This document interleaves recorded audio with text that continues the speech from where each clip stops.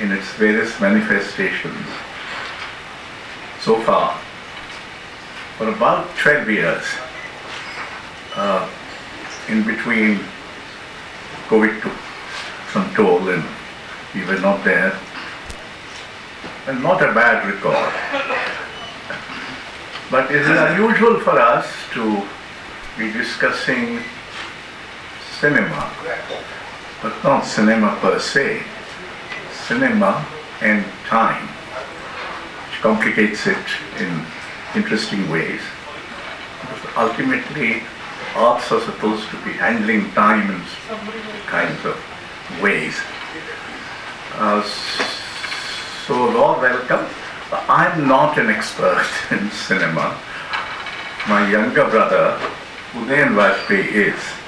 He's worked with cinema people. He had been a faculty on the FTI, etc. So I will request him. He's going to conduct it, also introduce the panelists. But I request the panelists to come and occupy their seats. Yeah.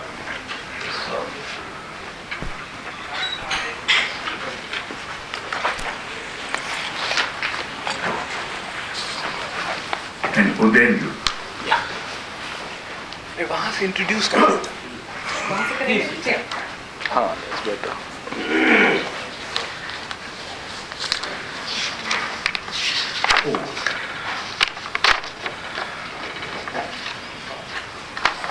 So I'll introduce all the three filmmakers first, and when they'll speak, you would remember the little introduction, that the very humble and small introduction that they have given themselves. So first is Sashikanth Ananthachari. He's the eldest of all. One thing is common with all three. They are all graduates. They've all studied in FTI, Films and Television Institute of India. Sashikanth Ananthachari, he lives in Chennai and is a cinematographer. And he has shot many important films, including Andaman Islands, Kaal Abhirati, Time Addiction, Yugant, that too has something to do with time, Listen Draupadi, Kelai Draupadi. This is a very long documentary that he has shot, and he has shot the Mahabharat performance in a village where the entire village becomes the characters of Mahabharat, and perhaps he'll speak about that. He has taught in Satyajit Ray Film and Television Institute of India, Kolkata. And recently he is teaching Mahabharat in performance in IIT, Chennai. And he has written also 2 books, Mahabharat of the Mind and Kaleidoscope, the Idea of 4. Anupama Srinivasan, she and Gurvinder, I think, are batchmates, if I'm not wrong. Anupama is filmmaker, film educator, curator, based in Delhi. She has studied in Harvard and FTI, and she's making lots of documentary over 2 decades, Flickering Lights and Nocturne. She has recently made, 2 years back, a film Nocturne, which is very well received, and I was told about this film by a very good filmmaker and very close friend of mine, Amit Datta. He said she's a wonderful filmmaker and she has made this film Nocturne, that he has heard a lot about that. And Gurvinder, the last Gurvinder, is a very close friend of mine also. Gurvinder is a graduate, same from there, and he has made these 3, is a trilogy of films, Andhe Ghode Da Daan, Chauthi Koot, and Ad Chandni Raat. This is a trilogy. And Khanur, which is in Pahari dialect. And recently he has made a film which is Trolley Times, which is based on long documentary based on farmers' protest in 2021. He has shown his films many places in the world, and has got Golden Gate, Mami's Golden Gate Award, IFFI Award, Goa International Film Festival Award. He has translated This is a little bit of self-indulgence, translated the book of Conversation of Mind and Money. So these are the three filmmakers that will be talking about the time and cinema.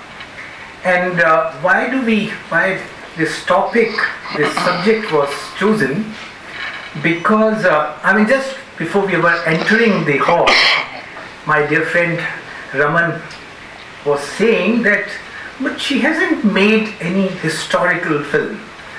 So, in one way, time is history, so historical cinema, but here we are seeing the relationship of time and cinema in multiple ways. Then I said, no, it's not that. So then he said, oh, you mean Mani's idea of time. So yes, this idea that Mani used to say that cinema is a temporal form. It is something which proposes a certain formations of time, certain texture of time, makes audience feel time, the movement of time. So the discussion I would expect them to discuss, of course they are free to discuss whatever they want to. One, that the times in which the independent cinema is being made. Now it's passing through a big crisis because with the corporate capitalism, the place for independent cinema is shrinking with every passing day. And so therefore these are the filmmakers, very talented filmmakers, and they would be also passing through this crisis of finding the financiers and producers for making films. And day by, even the government agencies now, it's difficult to approach and find money from. Mani always talked about film as a visual form. And he, in his own film, Uski Roti, the very first film, there is no flashback in that film. So when the flashback is there in the film, then suddenly time gets divided into past, present and future. But if you are not showing the flashback separately, then suddenly the time becomes a continuous present. So in Uski Roti, if you see, I think it was a great revolution in the way a film is made or in the tradition of the filmmaking, because all three times are together. So when this is a film about waiting, and as we all know that waiting makes all of us feel time because each second enlarges itself. And Mani used to say when people would ask him that how do you experience time, he said in waiting. So in the film the character is waiting for her husband to come so that she can give roti to him. But then she's also remembering things, and she's also thinking that this can be done. So the future is there, the past is there, but it is not separated. And cinema can do that. In literature it is impossible because there are tenses. The future tense, past tense and the present tense. But cinema can bypass this. So he, with Uski Roti itself, Mani did something, I think, very radical in relation to the time. Because in language, we all know that the tenses are very much there. So the struggle of the writer to get rid of the linearity of the time is a very difficult thing. In cinema, it's available if you want to do so. And unfortunately, a lot of films are made in a very literal way. So you create linearity, which for cinema is not a binding at all. You just can bypass that very easily. So I remember that once I saw this Bergman's film Wild Strawberries, and Mani had come to Bhopal, so I told him, I saw this film where it's very interesting that he's talking to he's seeing his own past, his childhood. But he said, the separation still exists. The past is different from the present because the scientist is still in the present and he's seeing the past as separate from him. And I was to understand that later when he saw his Uski Roti more carefully, then I understood what he was saying. Now, cinema also is the only form which records the actual flow of time. The time which is moving, and you all know that the earth is rotating, and earth along with the sun is rotating, is taking the circle of the black hole, and then this whole Milky Way is also running, running fast towards what is called great attractor. So whatever happens once is not going to happen. It's only cinema which records this fleeting time. There's no other form. In time we recollect. In literature we recollect time. In painting we do the same. In photograph we record the time, of course, but the flow is stopped. Therefore, I think Roland Barthes said it represents death. So it's a dead time. But cinema records the living, flowing time, which would happen only once in the cosmic history. And that too is a very unique relationship of cinema with the time. Now, in this film, Uski Roti, apart from this mixing of the times, of the tenses, there is a shot of which our friend Gurpal used to make, Gurpal is also a filmmaker, he used to make fun of. There is a shot in that film where this girl is trying अमरूद का फल तोड़ने में लगी हुई है. And when finally the stone strikes that guava, it falls. And then it's falling, and then the hand comes. Second shot is that hand is coming. So in your head, because we have seen the films where this continuum is maintained, Mani has separated that. So the hand comes there, and then the guava falls on this hand. Now what Gurpal did was that वो जैसे ही गिरने को होता है अमरूद, जो लड़की एक आदमी खड़ा है नीचे, एंड वो ऐसे किया हुआ है हाथ, बिकॉज मनी डिड दैट. फिर धीरे धीरे वो देखता है जो वो खड़ा है वो आ नहीं रहा, the guava is not falling, इसकी दाढ़ी उगाई इस बीच. Then he is standing there, फिर थोड़ा झुक गया है, फिर भी that guava is not falling. In the end, जब वो जैसे ही गिरने को होता है ऐसे बढ़ के गिर गया, he dies. When this thing was told to Mani was so happy because he told me later, he said that means that he has understood what I was trying to do. So meaning thereby the film makes multiple relationships with the time, and we'll expect our very creative panelists to speak on that. Thank you. I first request Sashikanth to, or to Anupama, I think. Claire. आप film भी दिखाएंगी? मैं तो लिख के लाई हूँ. बोलिए. You will use that?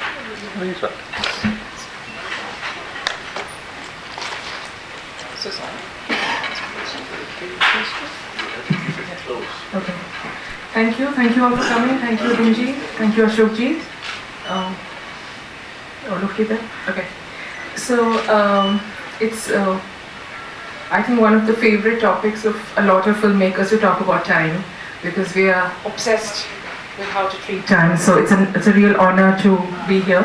Thank you for inviting me. So I've written some notes from which I'm going to sort of read and speak so that I stay within my time limit and don't eat into other people's zones. So I want to begin by giving a bit of context of how I'm coming into this conversation. I have always loved numbers. My college degree is in applied math, and I thoroughly enjoy studying math, doing math, teaching math, and in my day-to-day life, time is so much about numbers.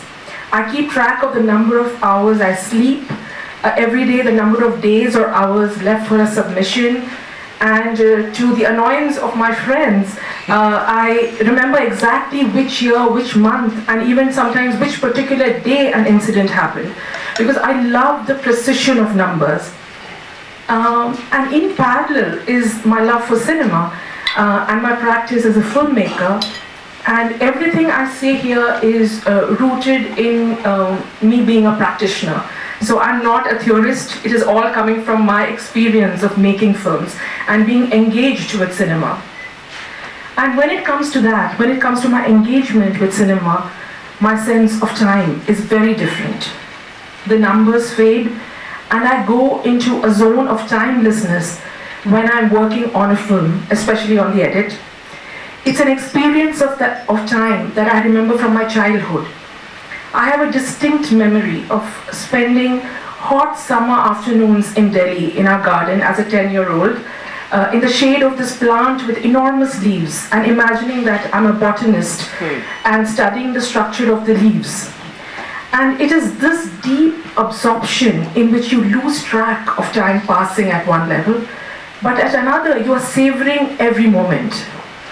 And I think this is what I seek in my films as well, when we experience and enjoy the passage of time, and then there is no counting. At the risk of stating the obvious, fundamentally, cinema is images and sounds unfolding in time. And if there are only images, well, it's still cinema. We've had sort of years of silent cinema. And if there's only sound and no images, then I would say yes, that is still cinema. You can have a blank screen, and there are films like that nowadays, for sure, in which we can have 90 minutes even of just sound, and that's cinema in its own right. But if there is no movement of time within the work, then would it be cinema? So essentially, the unfolding in time is what cannot be given up in cinema. And I'm here sticking to an idea of cinema which is maybe old-fashioned and not in line with TikTok or GIF and all of that, because in that's a totally different sense of time there. But in the traditional idea of cinema, which has a beginning and end, it has a beginning and end in time, and it is created by a filmmaker and interpreted by the audience in their own way. And I want to talk specifically about my work, and in that I find that there has been a resistance to the linear understanding of time. When we edit on our software, where we put our shots and create the film is called a timeline. Hence, it's as if we are supposed to stick to a line, which we do. And there is a counter that tells us of every passing of every fraction of a second. But within that timeline, how do we treat time? There is the actual time period in which the events portrayed in the film unfolds. For example, in the feature documentary that Anirban and I directed called Flickering Lights, it's about a village of the Naga community in the hills of Manipur that has been waiting for electricity for decades. And we follow life there for a few years from the time when the people of the village hear that electricity is going to arrive. There was a definite scope in this film to build tension in the waiting by referring to how many months have passed, how many years. But instead of that, what we chose to convey was that it was a sense of a long time having passed, and express that cinematically. To bring out the sense of waiting gently, and the sense of time in this is very diffuse. So many people at the end of the film and say, but how long was it? Was it a few months? Was it a few years? And we purposely left that vague. And the reason for that is that this is a part of India, and there are many parts like this, which have had years of neglect. So many promises have been made to them that bijli aayega, sadak aayega, ye aayega, and they keep waiting and nothing ever comes. So in that sense, what we try to do is gently go into that zone of timelessness of endless waiting, so that it's not even can't be counted. It's beyond that.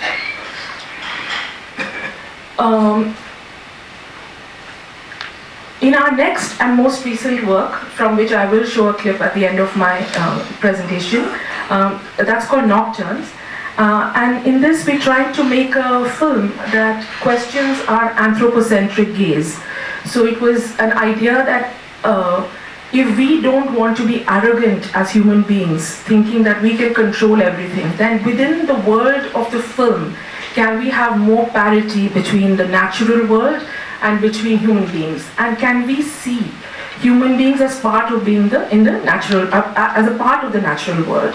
So in this, we followed the work of an ecologist, Mansi, And she had a very specific, well-defined goal to get the results that she needed.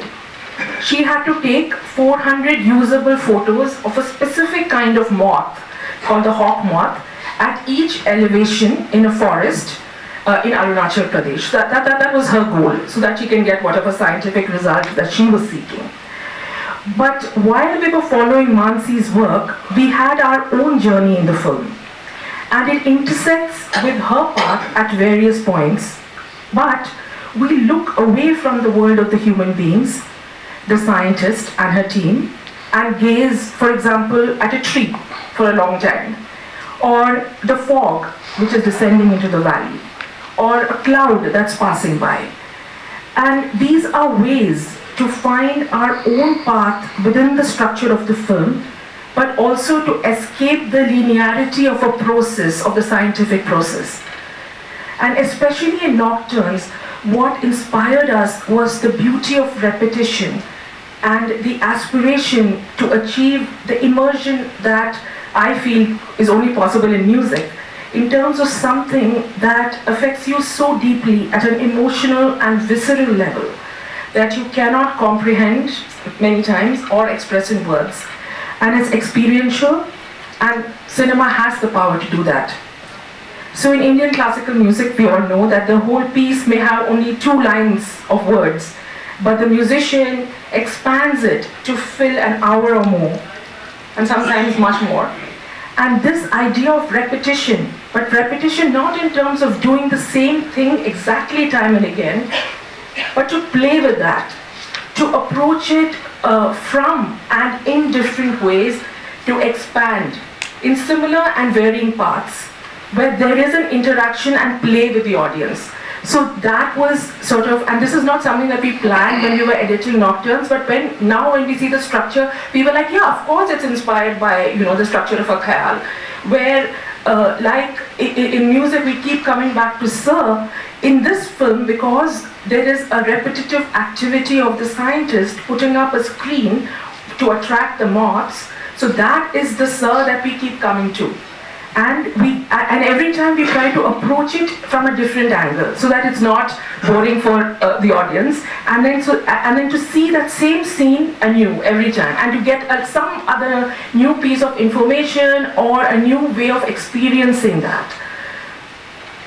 And so this was a repetitive activity which was at the heart of a scientific study. So it allowed us to be inspired by that and keep coming back to that as a motif. So Nocturnes is in a sense a poetic expansion of a 2-line story into an 83 minutes of our cinematic expression. So I'm just going to leave you to see the clip now, and I think once we all have spoken once, there'll be a lot of questions that will come between us. So I would rather leave time for that. So just for these introductory thoughts, if we can just play the clip, but we'll have to hit the lights for that. Would that be possible? Okay. So this is a clip from the film. It is 4.5 minutes long, this clip, and it comes 1 hour into the film. So just see it for what it is, and we'll talk about it later. Thank you.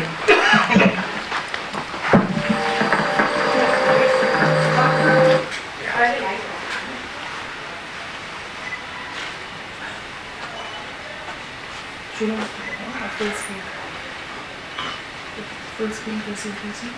Yeah. Only lights have to be more off than this. Sorry off. क्योंकि रात का भी है ना, कुछ देखेगा नहीं, उस तरह भी ऑफ कर दे।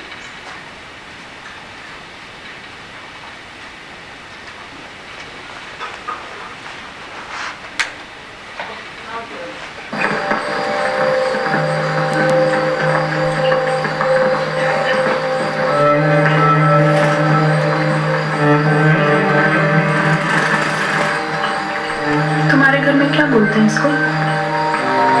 हम लोग अपना भाषा में चुंकनुक। हाँ, चुंकनुक तो अलग होता है ना? नहीं, चुंकनुक बोलते हैं, चुंकनुक बोलते हैं अपना भाषा। और सब ये सारा को चुंकनुक बोलते हैं? हाँ, सभी सारा को? हर एक का नाम तो पता नहीं है। सब साथ में ए, चिकन इसको देखो, इसको कैसा काटा काटा है भाई, इसको देखो पास से, ये इसका चिकन फ्राई ऐसा काटा काटा जैसा। आया था काफी सारा ना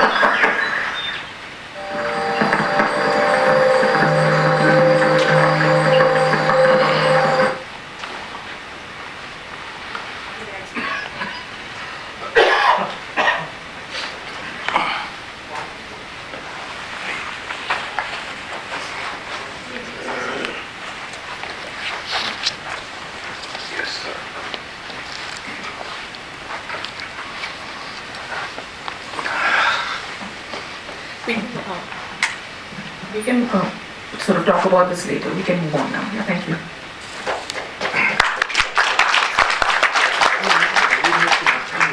Yeah, Gurvinder.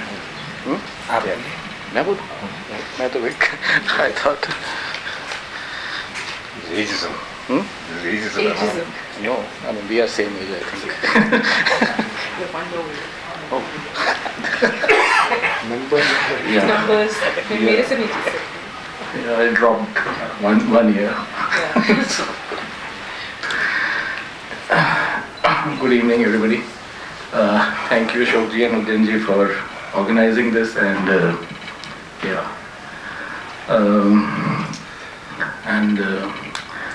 I mean, looking at, I mean, I think I had wanted to start with somewhere else, but I think that has in a way, I mean, to be thrown out of the window now. looking at, I will start from my reaction to Anupama's clip, the extract from the film. We see we are seeing moths on the screen and in the night, and there's an artificial light in the vast darkness, and we are kind of, in a way, we are receiving information, but in a way we are lost. So actually there's a real image, which is the actual image of the people standing there, and the moth and the darkness and that net, the fabric, the textures. But then, is there another image simultaneously coexisting? Is there a virtual image present with coexisting with the real image? And what is that virtual image? Is image always real? All of us watching these shots, because at the level of information there's nothing beyond them. Yes, you see different moths and their close-ups. So beyond the moths and the sense of light, there is no other information here. So why are we watching it for so long? And what is holding our attention for so long? And what is creating certain emotions and feelings in us which are not letting us feel bored of this repetitive imagery? Because there's an image on the screen, but then we are creating images in our head. And are those time images? Before coming here, actually I was thinking today, what is the image of thought? Does thought have an image? And I was like, suddenly this question occurred to me today. And when I was thinking about what we are going to talk about today. And is that virtual image the thought image? And is that the time image, which is beyond the real, the presented?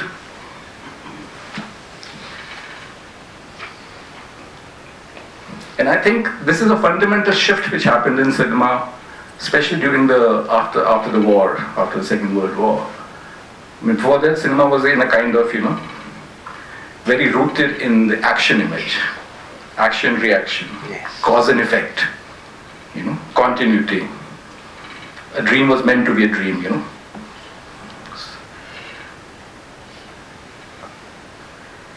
And then suddenly there was a kind of a shift, because in a way life changed. There was wide-scale destruction and reconstruction, which we see in the Italian neorealist films of Rossellini, Di Sica.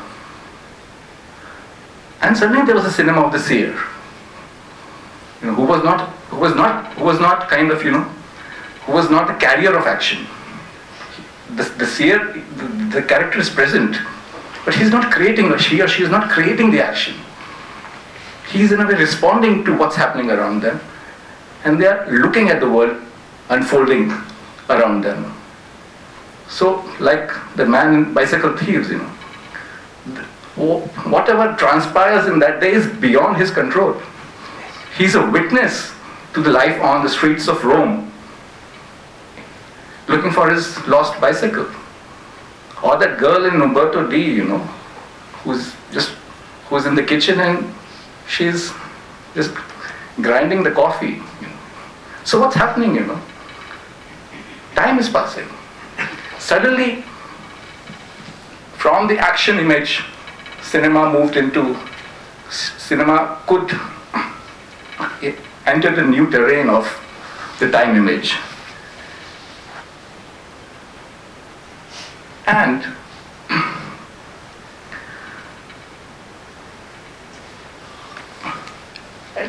talking about Anupama's clip again, the last shot, is what creates the film for me. It's not the whole film, but if I would consider that extract as a film, it's the last shot when it's the daylight, and the moths have, this man is dusting away the moths from that morning. One shot brings me out of the night and has created a sense of, it's like jolted me out of that time and started a new quality of time for me. So, and that I think is the role, is one of the major, what can I say, a tool which, the power of cinema, it can throw you into something and can throw you completely out of something, and make you reflect on what you have been thrown out of and what you have entered.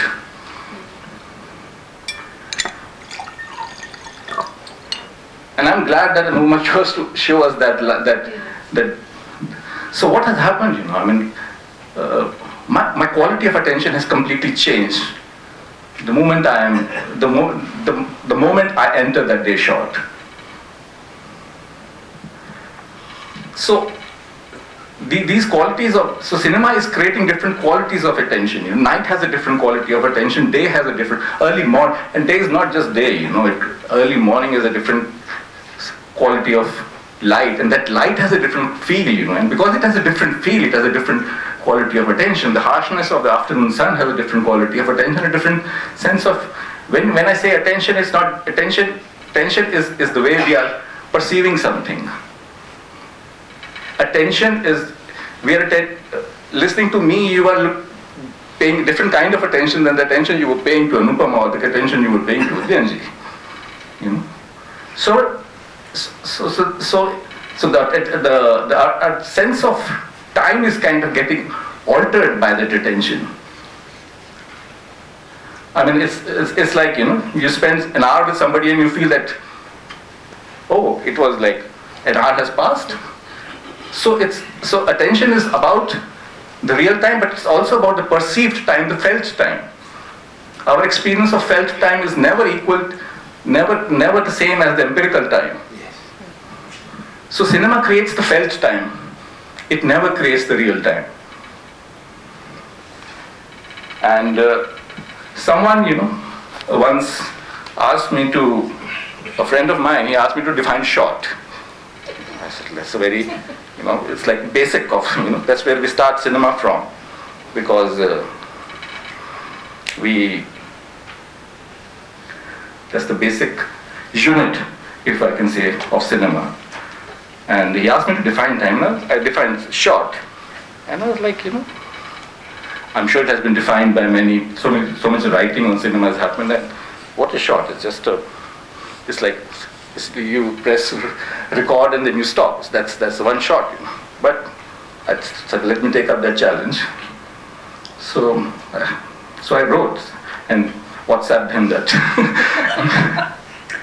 So a shot is an organized set of visual and oral information. An organized set of visual and oral information contained in a finite and continuous stretch of time, with a certain attentive quality, in a flux, when juxtaposed with other sets with which it partakes. So, in cinema, nothing is existing independently, because the quality of the night changes in juxtaposition in relation to when the night is presented, when the dawn is presented to us. So nothing is. So it's in that sense, cinema is a very fragmented art. But when it comes together, the fragmented has its own quality. But when it comes together, it achieves another quality, which is a kind of a miracle, which even we as filmmakers cannot predict, which leaves us, oh, this is what it feels, And then the question of memory, the memory in film. When we say memory, it's not only about us creating a sort of a memory, a character memorizing something or a character recalling something. It's the memory of the events which are playing in a film. They don't exist in isolation. So suppose there's an event in the film in the midway, the bearing of the first event, of the first shot or the first set of shots, which we call sequence, will have a bearing till the end. And it's not that what we are viewing will be informed by what has come before, but also what has been seen and in a way we feel forgotten, but will be recalled and simultaneously coexisting in our mind and influencing what we are viewing and are going to view. Yes. So cinema in that sense is a polyphony, It's a polyphony of various elements. It's a polyphony of visual, sound, duration, attention, action, movement, information. And in that sense, it's the closest to being called a temporal art, which we all know music is. And then the idea of that cinema represents various times. It itself creates time, but it also represents time. It represents different times. But the empirical past, present, future need not be viewed, presented, or perceived in the same manner as they exist in real life. And I think for me as a filmmaker, it's what Udayanji was talking about, the strawberries, Bergman's film, the past, the past, be it a dream or a recall, is always the present in the film. Yes. It's a former present, but it is never the past. Yes. Because it is unfolding in the present for us, and we are the one who are creating that film. It's not something fixed, which a filmmaker has created. The impressions are being created in our head, and those impressions are always occurring in the present. Yes. So as a filmmaker, it's this sense of time. When we were at the Film Institute, I don't think anybody even, they would talk of time and space, and character. And then, it's like it takes you, practice, it's like when you start practicing, it's like you are a kind of a loss, that it's like the space is kind of always given the primary importance, Yes. as if it's the visual, it's the visual, and then if you ask somebody the difference between photography and film, they won't even be able to tell you the difference between photography and cinema.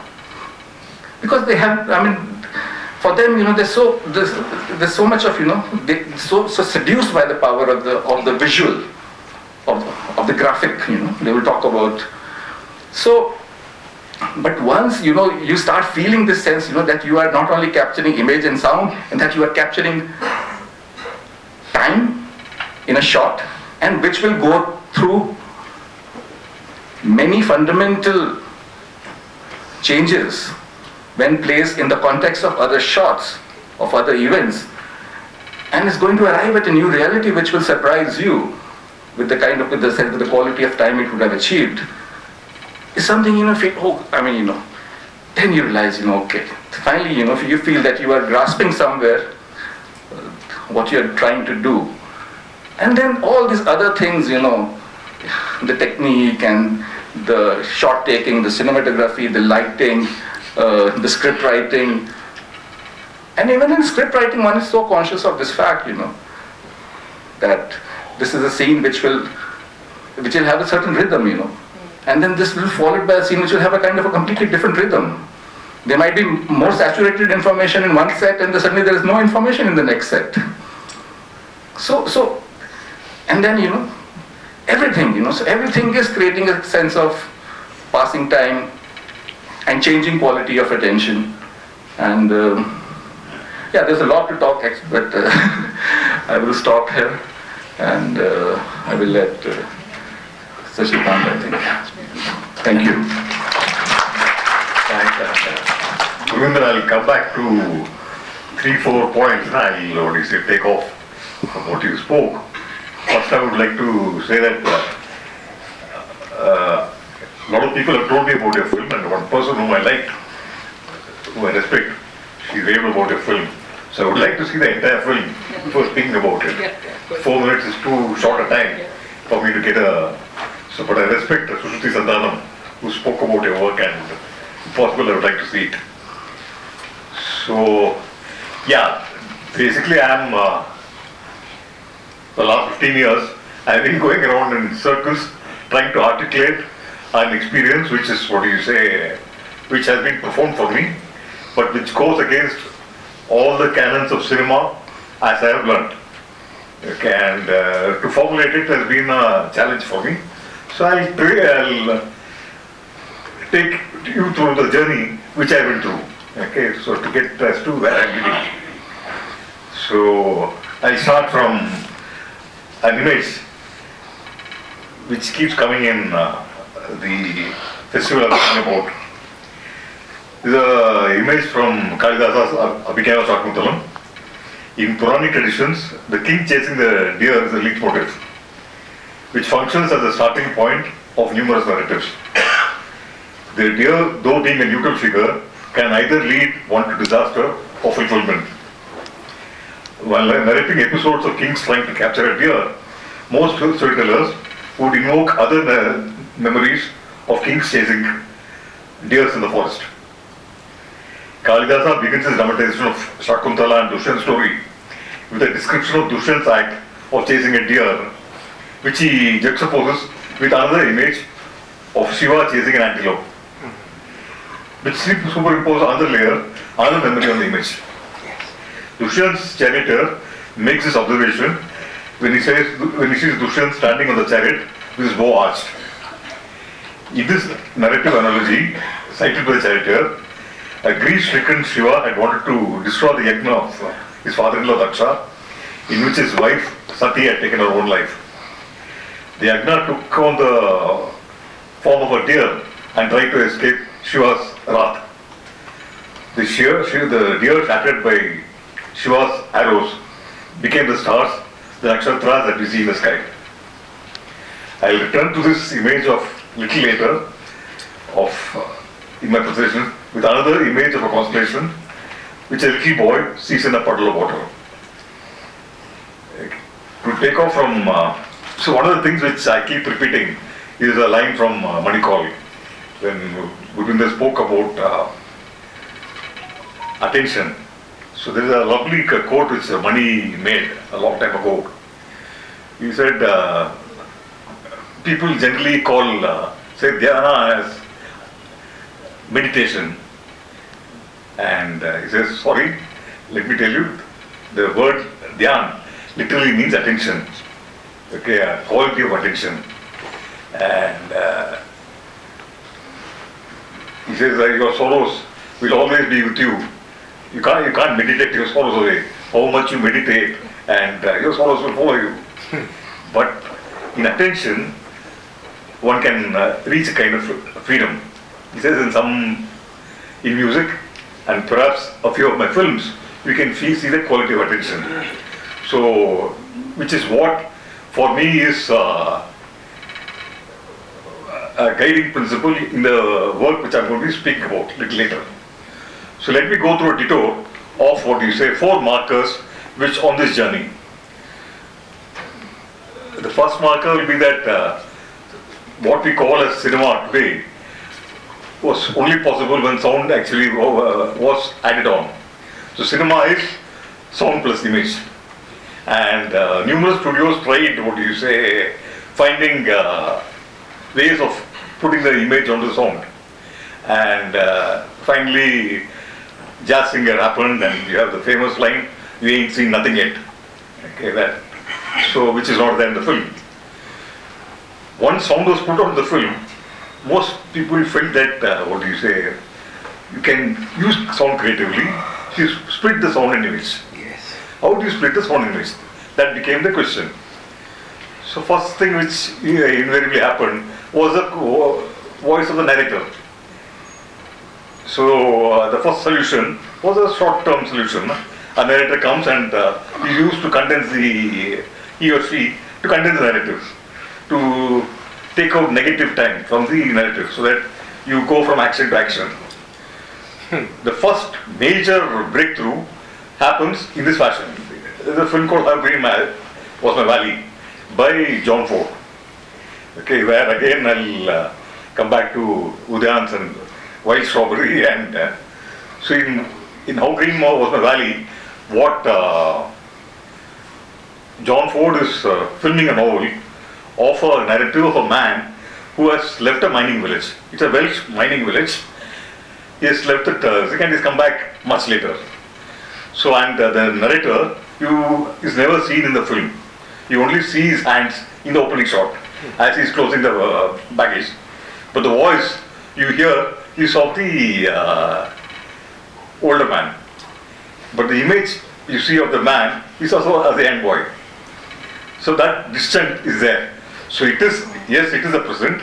Okay, it is, but that is the narrator is there to shorten the narrative. But it is still from his perspective, what happened 50 years back. How the entire mining village shifted. So this is the first, dramatic use of splitting the voice and the image. And time surreptitiously enters through this actually.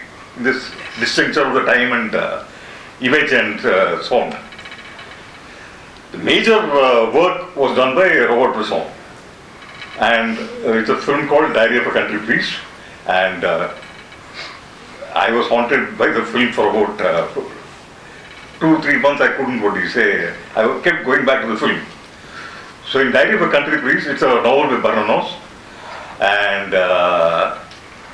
Bresson makes two cardinal principles. He puts it up front. He says that if the sound can replace the image, let the sound replace the image. Okay. And so it is what you say. Once I see the film, I went back to the novel. The novel is as beautiful as the film.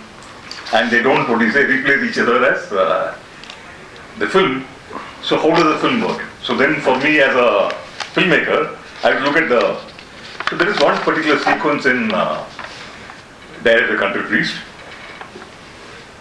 So it is again the voiceover of the priest. And Bresson, there is a lovely story about Bresson.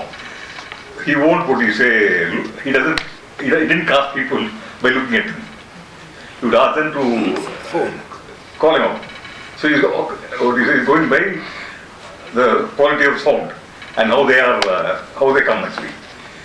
So in Diary of a Country Priest, so the narrator, the priest, in the novel it's a huge chapter. He goes and meets Dr. Del Bende, who has got a crisis of faith. And long conversation, he says, does God exist? And huge discourse. On film, it's only 3 shots. Okay, and so the first shot is the priest taking leave of Dr. Del Bende. Second is of him getting on the cycle, and he says that Dr. Del Bende sounded very disturbed. Okay, and third shot is on the middle of a highway on the road, and you hear the sound of a bullet. Okay, and you know that Dr. Del Bende has committed suicide. It is 3 stark images and one entire 20 pages of thing is there actually. The 20 pages are also beautiful when you read the novel. But here in these 3 stark images, he is able to do that actually. So the sound of the bullet, you don't have to discover the body and that this man has committed suicide. It's all immaterial. It is just there. It is 2 stark notions actually. So next, the other thing he says, the image is the outer, sound is the inner. Okay, that is the cardinal thing he says. From here we go to Jean Rouge, who was the person who next took up this idea of, the sound and the image in a different direction. With Rouge, what happens is that he wants to record truth.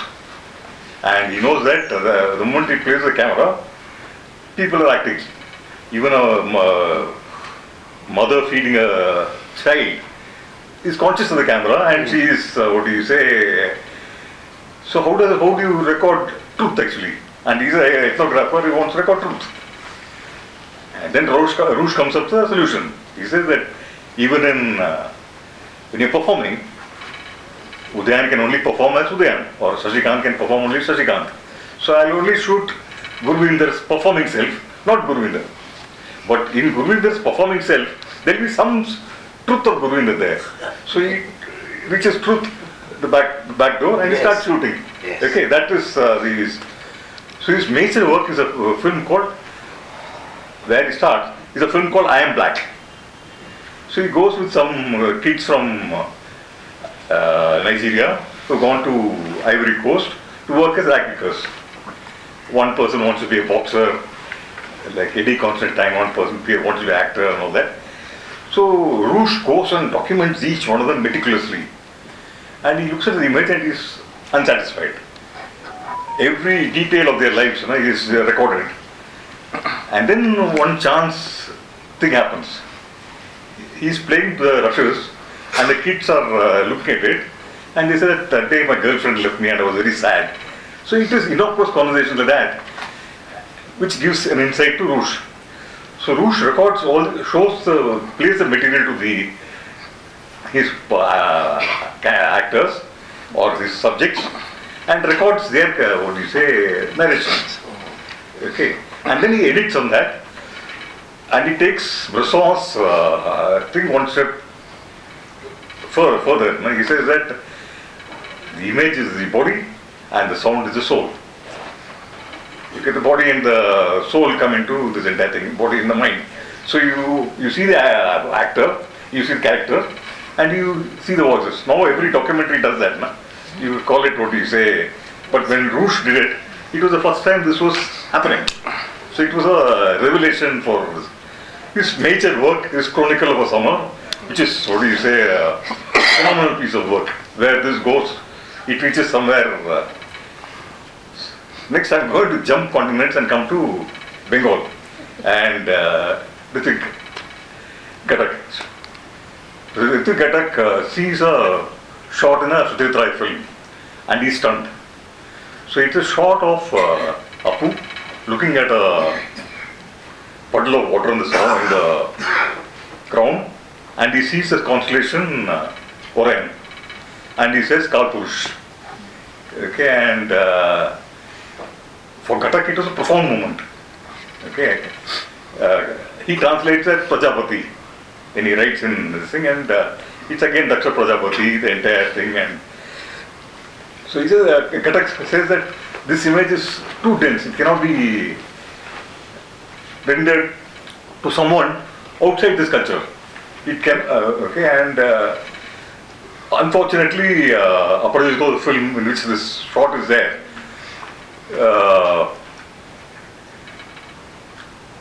was not received well by the audience. And then the argument becomes, why did Pratak Panchali, which is based on the same Vibhuti Bhushan's novel, was such a big hit, and why this anyway, I've written about this in an article published by, you can read that, but this is the place where Ghatak forms his idiom. This dialogue with Vibhuti Bhushan Bandyopadhyay and Satyajit Ray is where Ghatak reaches the epic form. Okay, and that I have written a detailed article, so I'll cut this story short and then go. This is the journey which led me to the Mahabharata festivals of Tamil Nadu, where it's a different notion of time altogether. Okay, the Mahabharata is being performed for 20 hours a day for 20 days. So people are virtually reliving the Mahabharata. Okay, and it's a fragmented Mahabharata. Okay, and the lead to it, which I had written, is it's coming again from Vibhuti Bhushan. We don't, in Indian editions, we have not been able to, as so far, write a novel. Okay, we write fragmented kind of, which is part of our Puranic, upbringing or conditioning, whatever. The linear novel of the West, or the linear film of the West, is not yet, in parlance. We make episodic films, and Pather Panchali works at that point because it is episodic and it lets the audience be the creator. The whole, creating the whole, is on the, onus of the viewer, listener. Okay, that is the, tradition that one seems to come from. And coming back to it, here the entire Mahabharata is not performed, or nobody can see the 20 hours a day, 20 days, no human being can. So you're only watching fragments. You're watching a fragment here, you're watching a fragment there, and then you're reconstructing that entire thing in your mind. And it's also what again Gurvinder said, polyphony. It is a polyphonic thing because this year you've seen one person perform Karni. Next year you see some other person perform Karni. It's a different thing. One person is a very angry Karni. The other guy will be very soft thing. So the nuances, the texture of the presentation will be different. And what you are finally getting is a cumulative experience of watching a saga. You're virtually reliving the epic. So how do you present this? This entire thing, this polyphonic texture, you're seeing it as performed as a ritual, you're seeing it performed as enacted as theatre, and then there's a person in the ashram singing this story. So there are three different levels happening, and then there is a fourth level, your own journey. You're not static, you're also growing in the entire thing. The Sashikanth was there 10 years back, is not the Sashikanth now. So one has accumulated so much of experience. So that also factors. How do you factor all this and present this experience? What is this experience? And people are spending 35 lakhs in a village, each year to celebrate this festival, out of which ostensibly they get nothing back in return. Okay, it's not an investment. You're not making, they are having fun, that is okay. It is not religion because there is so much of blasphemy also happening concurrently. You have to find an term for such a kind of experience. The gods are not all good, or asuras are also not all bad. Okay, and it is that where each individual has to factor for herself or himself as to where the truth is or where the truth lies. So it is a different kind of engagement, which is what I have been, for the last 15 years. And currently, one long course is going on, and this is where it stands. And so there is this. Here I would like to end and let Gurvinder and Kumar go. No, just responding to your, just thinking, that perhaps, in India we are so used to different times coexisting. Yes. That for us it's not such a big challenge, or a big kind of, obstacle in understanding that time is not just the present. And whereas Europe, if you go to Europe, in a way, you're searching for the past. Here we are constantly confronted by the past. Yes. Yeah. And Europe is so much in the present, and they have confined their past to the museums, Yes. And but whereas we at a kind of we at a material level, spiritual level, physical level, we are constantly like yesterday I was coming to Delhi from Chandigarh by the train, and of course I'm coming by Vande Bharat which is the present. And then just before Vande Bharat is entering Delhi, and it's like you're seeing these slums right on almost touching the train and suddenly like this I used to see 30 years ago, 40 years ago also, and still exists. But where is that? That image is no longer in our media. It's just been wiped out of, from the media, but it's existing, So, but whereas in the West, in the more, so-called progressed nations, you will not find these stark contrasts, I mean, a plane landing in Mumbai and over Dharavi and landing into one of the swankiest airport in the world, So it's, I think, it's for us, and that is becoming not just our experience, but it's also becoming a kind of content for the kind of films we want to make. Because we are confronted by these coexisting times and realities that, of course, it does not leave those will leave impressions, and those will kind of try to find certain kind of outlet in the works we want to do and the kind of works which we see coming out of India. Sorry. Yeah, and I just one small thing. No, I'm speaking about Vibhuti Bhushan. He has vignettes of time. Okay, he's not narrating a linear novel. Okay, and he says that there's one small thing. He says, Hariher was a Brahmin. He lived on the edge of the village. Okay, so it is what do you say? It is, and Satyajit Ray says that the novel was inherently cinematic because it had what do you say, image things like that, and he kept himself. Why the first film was so popular was Satyajit Ray effaced himself totally in the film. He was only recording Vibhuti Bhushan, and which again became the collective memory of the people of Bengal. Okay, they had seen the partition, they had seen that. So all these things come as what do you say, vignettes of time. So there is no need for linearity in the audience. In Aparajito, why it flops, why it didn't work for the Bengal audience, is Satyajit Ray tries to interpret that. He found the mother and son equation in the novel too saccharine and too sweet. He said, misty, like a cello. Okay. So he wanted to remove the misty, and there is this confrontation between the mother and son, always actually. And so that, for the person who had read the novel, was going against the grain of the novel. So it was, but Mrinal Sen and Ritik Ghatak were the only two people who stood up and said, this is a great film. And Ghatak after that uses, what do you say, the Pathak Panchali tune as a signature in this film.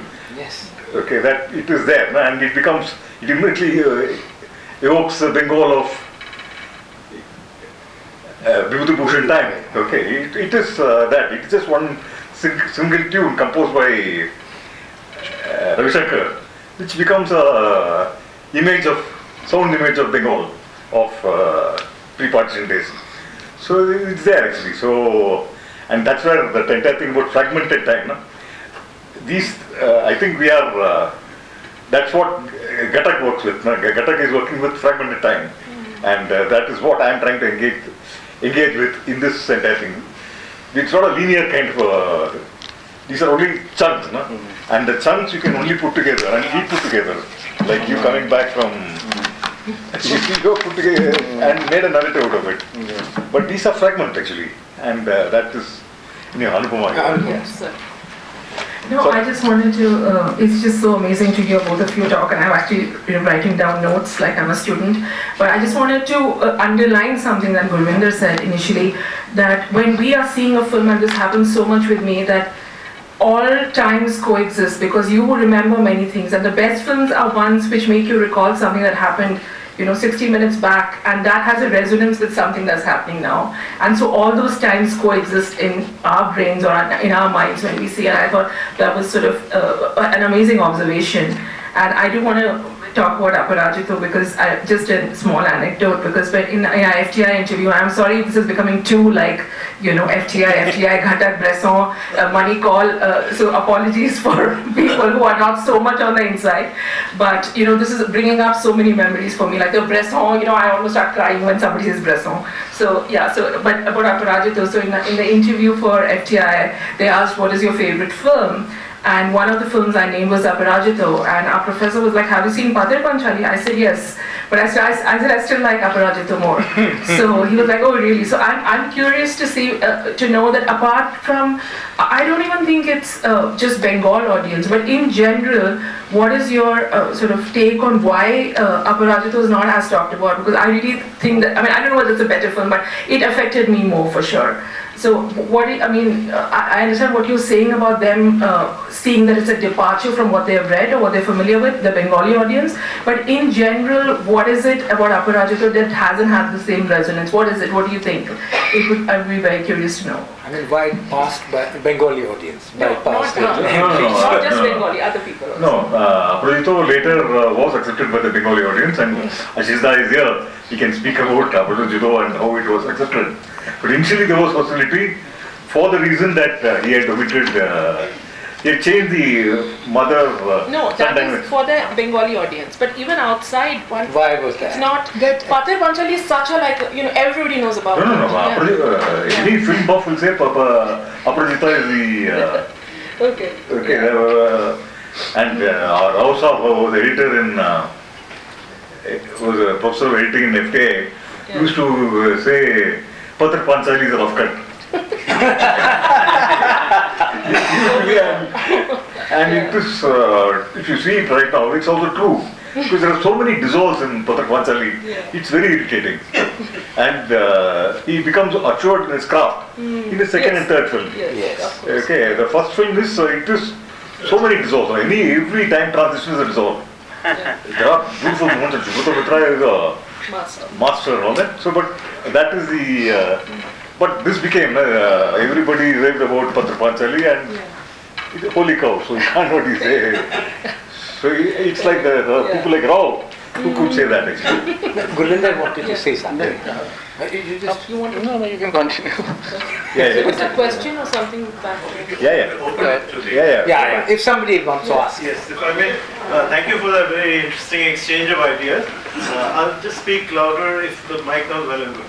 Just to say that. There is a So mic. the idea I thought which sort of occurred to me was with respect to how far cinema in India in particular has been able to capture the detritus of historical trauma.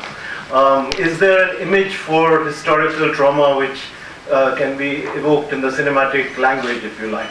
I'm thinking of the effects that traumatic episodes in our history, like Partition, which Khattak has actually captured, especially his last film, I feel, in fragmentary form, or in Gurvinder's film too, you get that sense of traces, at least, of the traumatic moments, whether it's the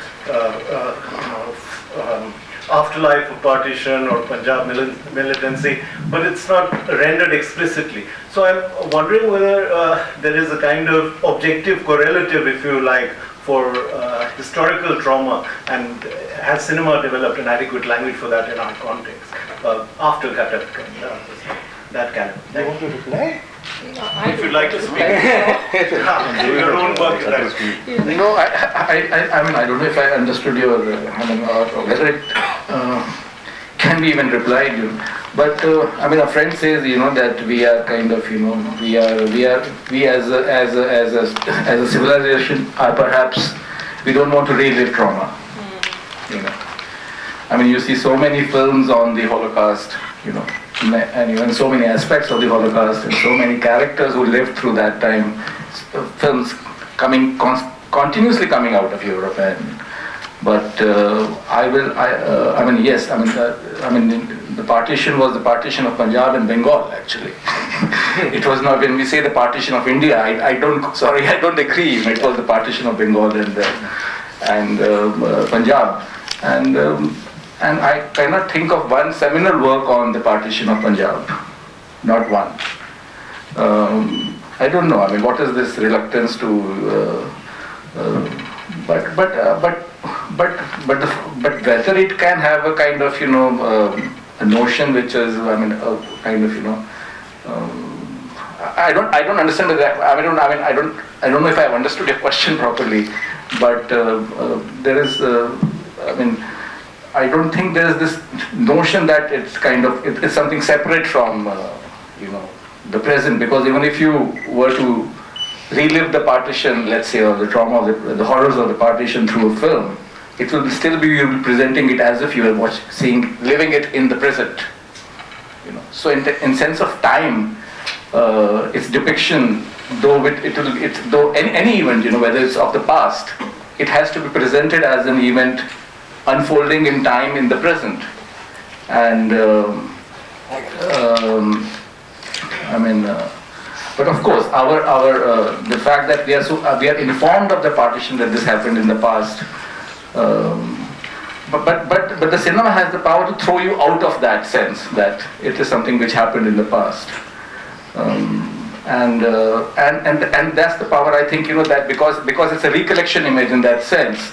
So there's a recollection image, and there's an actual image, and then there's cinema can create different qualities of images. They can be dreamlike, they can be recollection, they can be it's not that like the Bollywood film will try to kind of emphasize on the fact that this is a flashback, or that this is a dream, and that this is the present. So they want to compartmentalize, by the way, in the method they shoot, they would present a certain sequence. But a lot of films have come out of that trope and presented it. In my own film, Achani Raj was my last film in Punjabi. There's a long flashback to the murder which the main character has committed, and I just continue the film into that flashback as if it's a continuous present, and people don't realize that that the times have it's empirically it's the past, but to me it does not matter. And so many times in the question and answer, they've asked me, that we didn't realize that you've gone into the past. I said, that's fine, you can consider that as the present and the rest of it as the imaginary future. How does that matter? That won't change your experience of the film. So I think that is the beauty of that, this coexistence of various qualities of times and durations. Yeah. Sorry, sir. You want to go ahead? Yeah, I'll add a little bit here. Say the Mahabharata festival which I'm speaking about in Tamil Nadu, it is one of the memories which are strongly there is of a series of wars which took place maybe 1,000 years back, and Draupadi is seen as the primary audience and also the victim of the war actually. Okay, and the war is not reenacted, they enact the Mahabharata. Okay, and but the thing is they give Draupadi primal space, in a sense that they'll have 5 weapons of Draupadi which they'll go and place on the stage. So Draupadi is supposed to be the main, and in the scene where Draupadi has to be disrobed, the actor will draw a circle around Draupadi, bow before her, bow is the actor playing Draupadi, who is a male actor, and say that, "Mother, we don't mean to insult you or abuse you. We are like your children. We are just poor actors engaged to narrate your story, and we are doing it to just sustain ourselves. Please forgive us for whatever we might say against you, and take care of us like you took care of the Pandavas in the forest." Then the circle will be removed, and this chap will abuse Draupadi in the filthiest language as possible. Okay, but the entire thing is, and the storytellers will continue. So it is like a relay race. The play is ended in the night, and next thing which is narration, which is started, is about Arjuna going on to do tapas to Shiva to get the Pasupata Astra. And he gets the Astra and all that. Indra takes him to Indraloka. And there Arjuna wants to go back because he has got everything ready. He is now a full warrior, he wants to fight. Indra says, wait. And then he says, he asks him to learn dancing from Urvashi. So, and Arjuna learns dancing from Urvashi, and Urvashi tries to seduce him. So Arjuna being Arjuna, for Arjuna, Urvashi is his great grandmother, because she is the originator of the So for him it is incest actually. So Urvashi says, we apsaras are creatures of desire. This morality doesn't apply to us. She curses him to be a hijra, to be a eunuch. So the thing is, the storyteller completes the story by saying, and Urvashi finally she realizes her thing, she wants to remove the curse. But Arjuna says he would like to be a eunuch for 1 year. Because he realizes that the entire thing was organized by his father Indra. War should never be fought in anger. So, and who are the people who are most affected by war are the women and children. This is in a small village. This is a narration which happens. Yeah. Okay, Arjuna has to stay in Antapura with the women and children, so that when he fights, that it shouldn't be in anger, and because he has enough thing to kill the entire world actually. So that is how it is. The real incident of what happened. All wars are brutal, and people kill each other. So you don't have to show this brutality actually. I think that is where it's coming from. And here it's a stylized kind of representation which is there. But it doesn't deny the existence of that issue. That's my...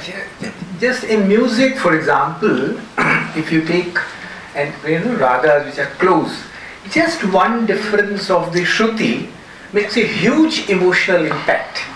I'll give you that example that in Komal Gandhar, this actress is not able to perform Shakuntala. So the director is asking her that she's just not able to feel that pain of going away from the ashram of Karna.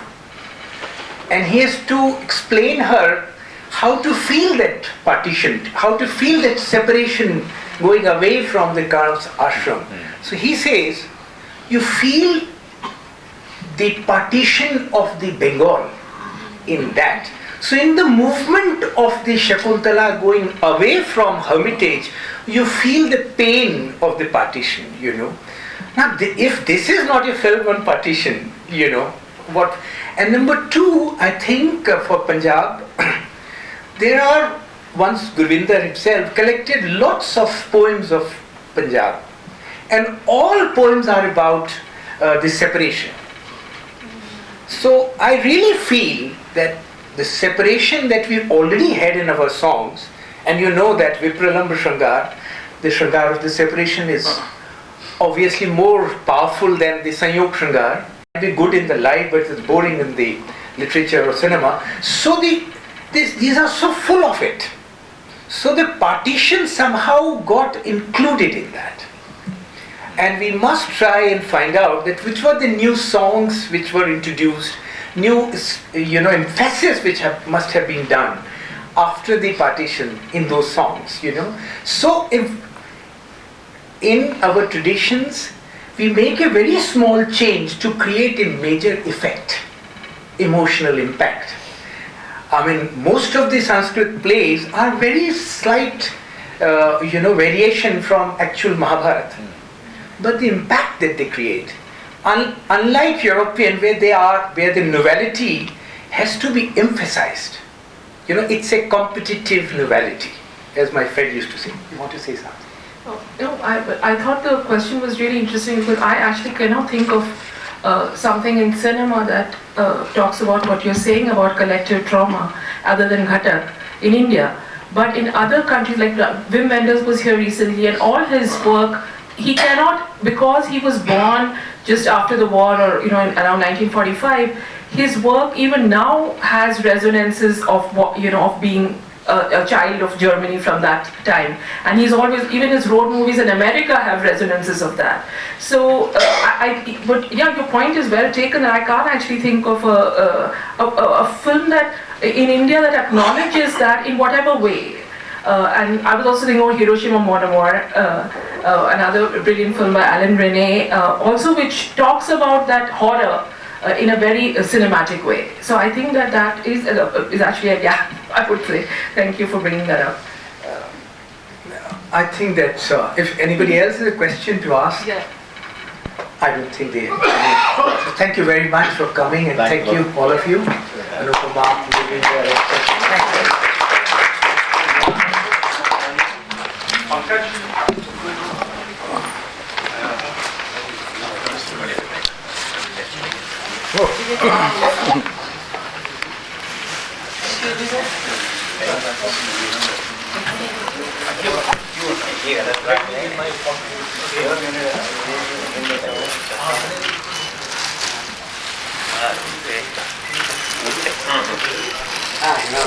एकदम बढ़िया।